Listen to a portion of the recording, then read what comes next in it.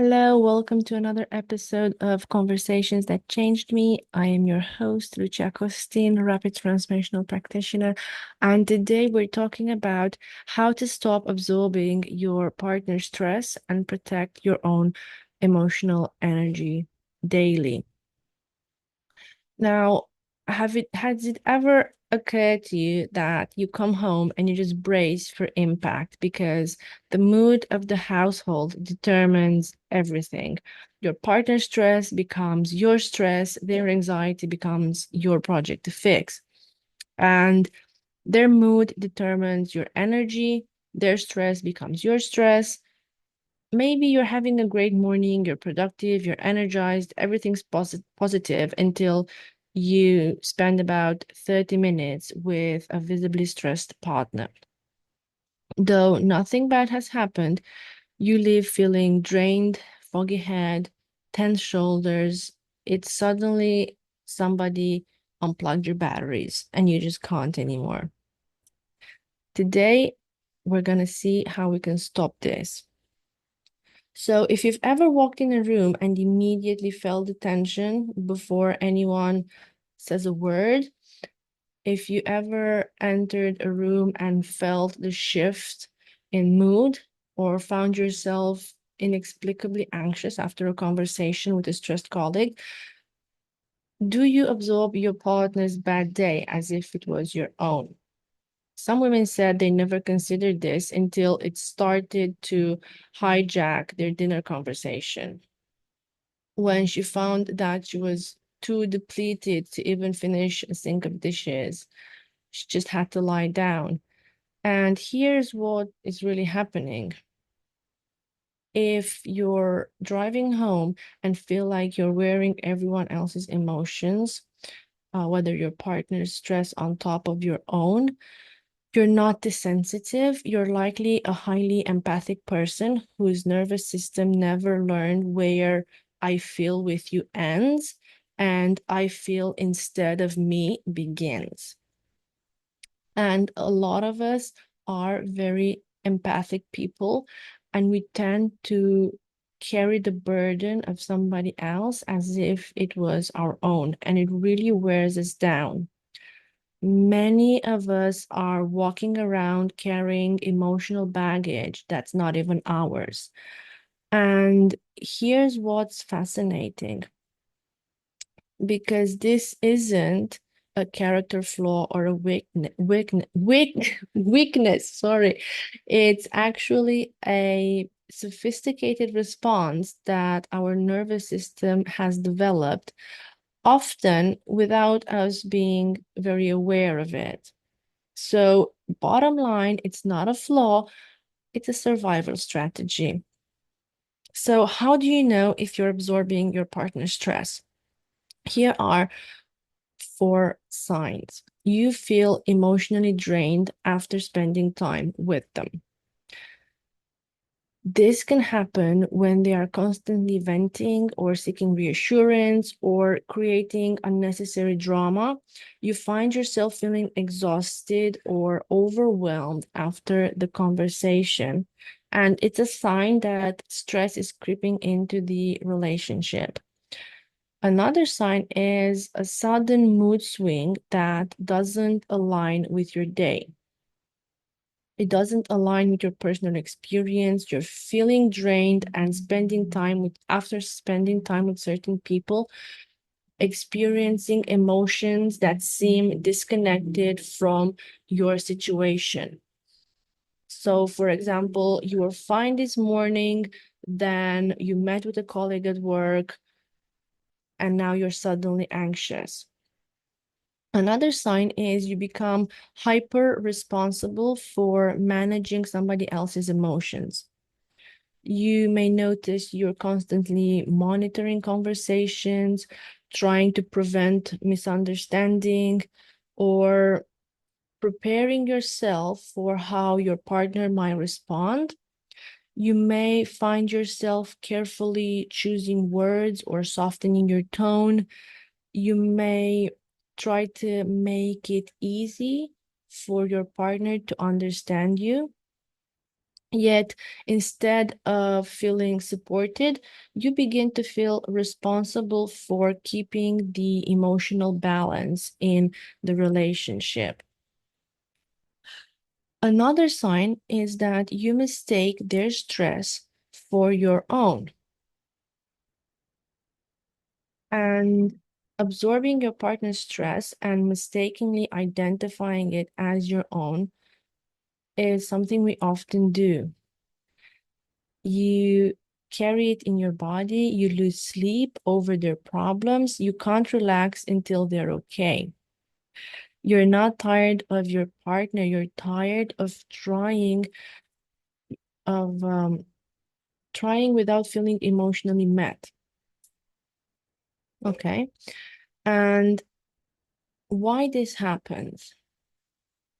Because it's a bit of an emotional contagious process in which we absorb and we mirror the feelings of those around us. And while this capacity for shared emotion is essential for empathy and social bonding, it can also lead to overwhelming stress and burnout when negative emotions take hold. And if you're a highly sensitive person, this is even stronger. And about 15 to 20% of the population is born with a distinct measurable biological trait known as sensory processing sensitivity. And while being a while having this gift and this profound empathy and this deep creativity and rich inner life is great, it can feel like a daily survival challenge if you don't know how to protect your energy. And here's the part nobody talks about. While empathy is essential for meaningful relationship and social support, over-identification with others' emotions can blur the boundaries between their feelings and your own. And this merge of emotion will lead to an internal overload where the stress of others become indistinguishable. Where you cannot distinguish the stress of others from your own personal stress.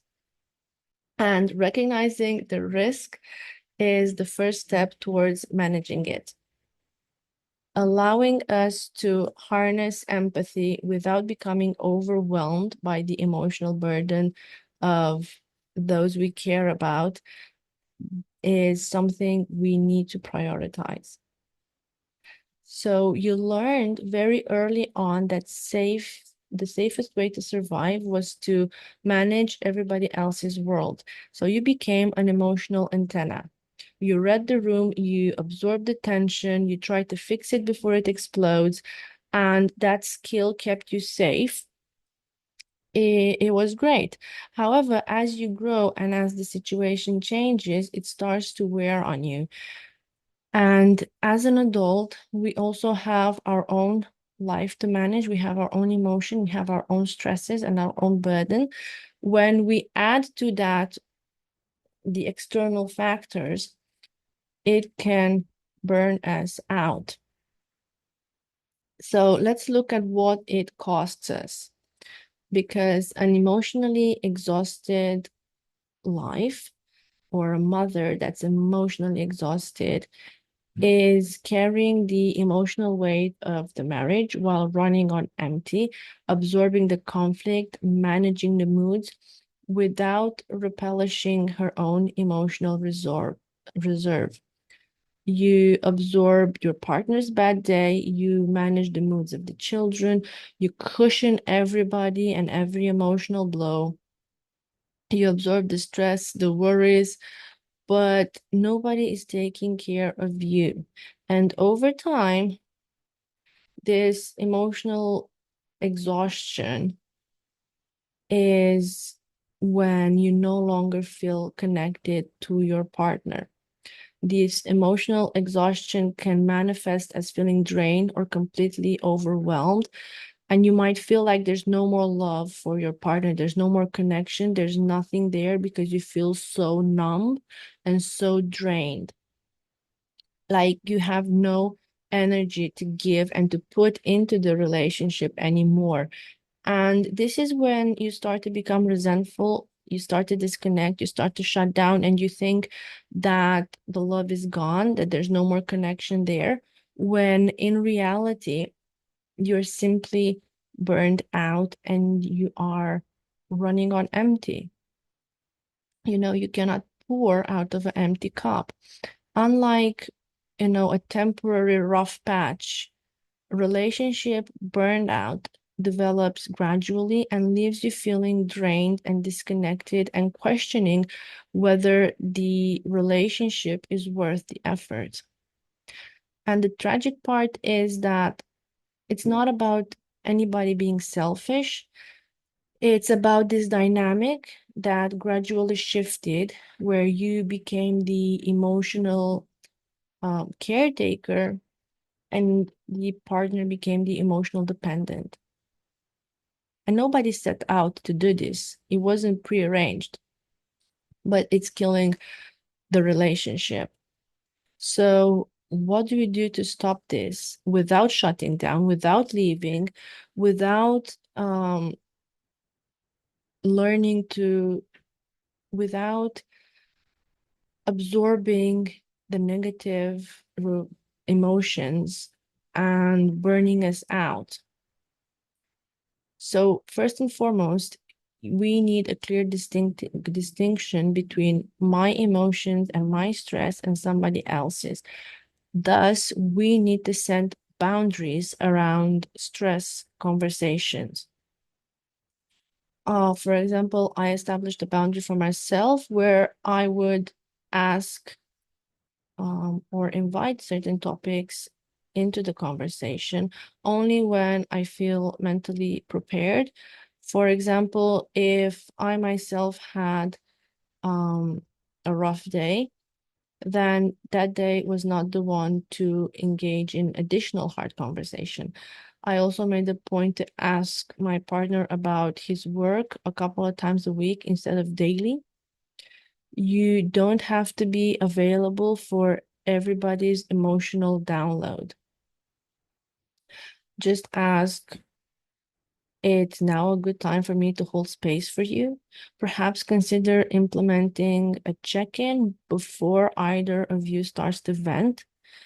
Ask Ask how your spouse is doing. Ask if this is a good time for you to vent, to get support.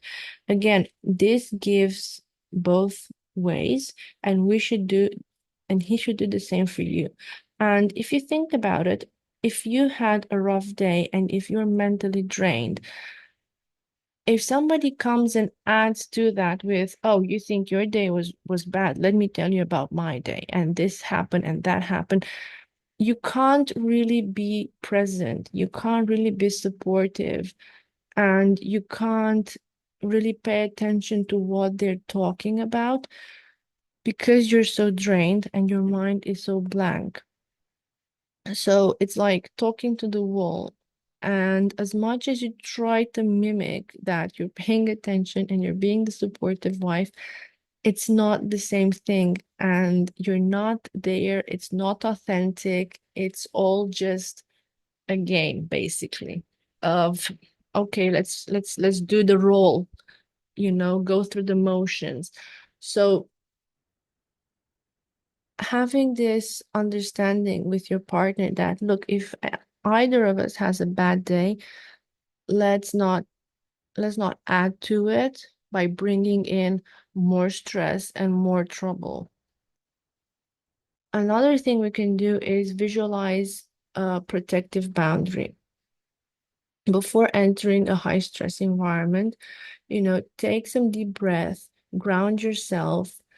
Um, you can visualize a brilliant sphere of protective light, completely surrounding your entire body, whatever works for you. I know people who would walk barefoot in grass for grounding and for letting go of negative emotions.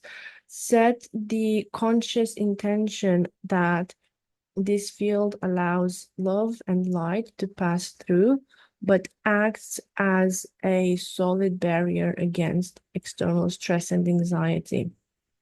It might sound a bit woo-hoo, but it does work. Another thing is physically reset after absorbing the stress. So you may need a change of scenery, maybe getting out in the nature, taking a walk, bike rides, maybe it's a bubble bath or a heavy nap, whatever works for you. Personally, I love a good stroll. I love to be in nature. It completely erases my bad day. So whatever works for you, whatever self-care activity, practice it, accept it, don't feel guilty about it. Your body holds the stress and you need to release this stress, whether it's by walking, shaking, breathing, moving. Again, whatever works for you. There's so many modalities out there. Find what works and go with it. It will change your life, basically. Another thing is to name. Name what is yours and what is not. And this helps you to let go of what isn't yours to carry. And over time, it will interrupt the automatic pattern of absorbing and taking on extra stress. It helps your nervous system distinguish between your own emotions and the emotions we picked up from others. So check in with yourself and ask, is this mine or am I carrying this stress? Name it and release it. Now that we've done this, we have to stop over-functioning emotionally. Okay, we don't need yet another therapist. We don't need yet another book. We don't need a different partner, not always. We need someone who knows how to support without absorbing, who can be present without becoming responsible for the entire emotional state. Okay, it's basically a heart with ears. We can love someone and let them with their own emotions, let them figure it out for themselves. Be there, be supportive, but this doesn't mean it's our job to fix things. So if you are becoming the emotional sponge and there's nothing left to absorb, you don't have to keep on doing it forever. And you're not going to save everybody by carrying their stress and their load. The only thing you're going to manage to do is burn yourself out, disconnect yourself from your family, from a healthy relationship, and from yourself as a person. Shifting from an emotional sponge to a healthy filter requires daily and deliberate practice. Until this practice becomes our second nature, we have to be aware of it and we have to be conscious about it. Nothing changes without repetition. It's not a one-time thing. Okay? You are allowed to love your partner without losing yourself. You're allowed to support him without absorbing the stress. And you're allowed to be empathic without becoming responsible for his emotional state.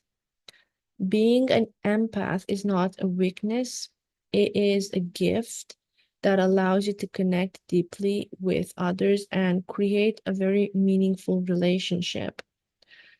Your sensitivity enables you to understand people at a very, very deep level. And maybe this is why some people come to you to unload, because they can feel you, they can sense that you're really there and you're present. But you need to set a boundary around that. You cannot carry more than you can carry. And you also have to think about yourself, not because you're selfish. And I know for a lot of us who are highly sensitive, we feel so much guilt when we don't save the day. You cannot pour from an empty cup. I think I will say this a million times. The key lies in learning to harness the gifts while you're protecting your own emotional well-being. It's not about becoming cold, it's about becoming whole. It's about remembering that your emotional energy is precious and you get to protect it as well. So give yourself the permission to say, I can hold this right now, or I cannot. Give yourself permission to walk away when you're flooded.